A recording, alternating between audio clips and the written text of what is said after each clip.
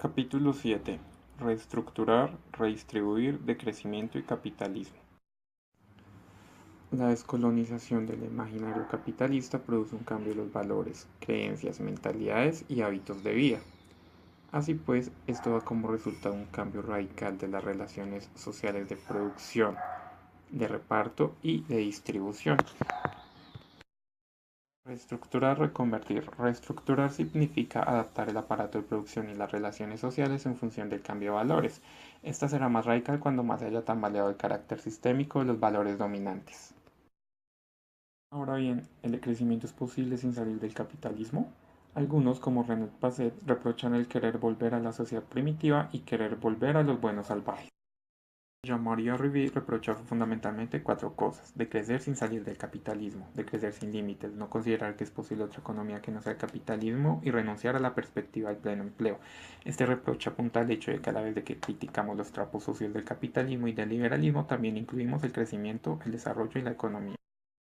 Sin embargo, no es suficiente con poner en duda el capitalismo, hay que replantear toda la sociedad de crecimiento y aquí Marx falla. No puede haber una economía de crecimiento que no sea una economía de mercado.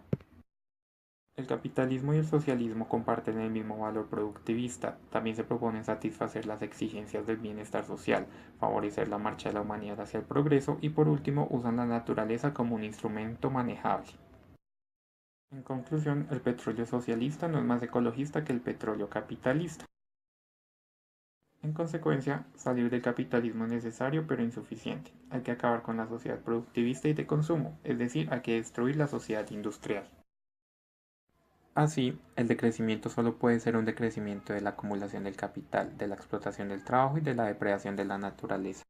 Por otra parte, a falta de integrar las obligaciones ecológicas, la crítica marxista de la modernidad se ha visto golpeada por una terrible ambigüedad. Así, el crecimiento de las fuerzas que desencadenan el capitalismo es productivo, pero a la vez es responsable de todas las plagas: la proletarización de los trabajadores, su explotación, su pauperización, sin hablar del imperialismo, de las guerras, las crisis, incluyendo las ecológicas. Desde entonces, siempre se puede discutir sobre su contenido, pero no poner en duda su principio. Nuestro concepto de la sociedad de crecimiento no es ni una imposible vuelta atrás ni un acomodamiento con el capitalismo, sino una superación ordenada de la modernidad. Entonces se debe reconsiderar la riqueza y contabilizar de otra manera.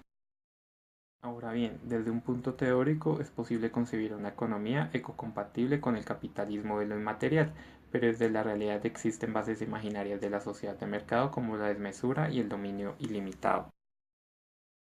Por el contrario, se mantiene abierta la duda sobre el impacto de la abolición del capitalismo, como el papel de la moneda, del salario, del mercado y del beneficio, y el de la revolución. Si el mercado y el beneficio no pudieran ya ser los fundamentos del sistema, podrían insistir como incitadores.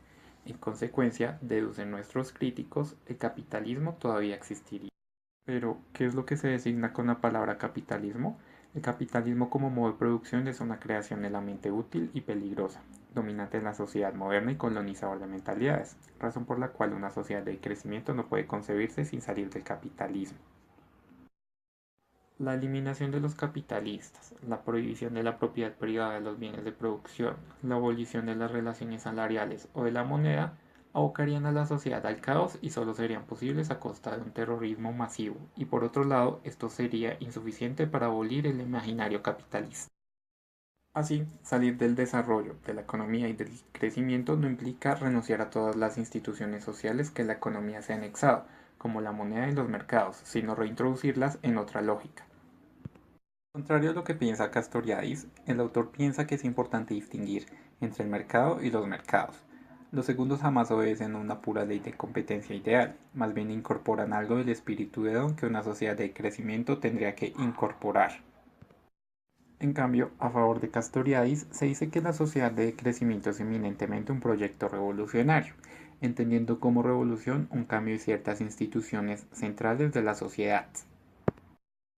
La transición entre el sistema capitalista y la sociedad de crecimiento plantea indudablemente enormes problemas en la reconversión del aparato productivo. Sin embargo, el decrecimiento es también una apuesta sobre el ingenio humano para, en llegado momento, encontrar soluciones. En primer lugar, redistribuir. La reestructuración de las relaciones sociales es una distribución. Por redistribuir se entiende el reparto de las riquezas y el acceso al patrimonio natural, tanto en el norte como en el sur, como en el interior de cada sociedad. La redistribución concierne al conjunto de los elementos del sistema: la tierra, los derechos de extracción sobre la naturaleza, el empleo, los ingresos, las jubilaciones, entre otros. Redistribuir la tierra. Millones de hectáreas desaparecen cada año. La erosión, la sequía, las inundaciones, el envenenamiento continuo de las superficies abandonadas por la industria, el asfalto, la segmentación, todo esto participa en el avance del desierto. La destrucción de la belleza y la del ecosistema van a menudo a la par. Por ende, reconsiderar el uso de la tierra será consecuencia de la revolución mental y estructural. El problema del reparto del suelo se plantea en el sur con los campesinos y en el norte como un problema cualitativo. Se trata entonces de ofrecerle mucho más a la agricultura campesina, biológica, respetuosa de los ecosistemas. Ahora, redistribuir el trabajo. Se hace necesaria la reducción del tiempo de trabajo para, entre otros, resolver el problema del empleo, tratando de indicar los cambios de las estructuras sobre orientaciones productivas. Esta distribución de actividades forma parte de la reconversión y de la supresión del desempleo, como por ejemplo los llamados empleos verdes. Redistribuir los ingresos entre las generaciones. ¿Cómo arreglar el problema de las jubilaciones? El centro del problema de las jubilaciones reside en el reparto y no en la producción. En el largo plazo, la solución propuesta es el cambio de la sociedad y de sus formas de riqueza.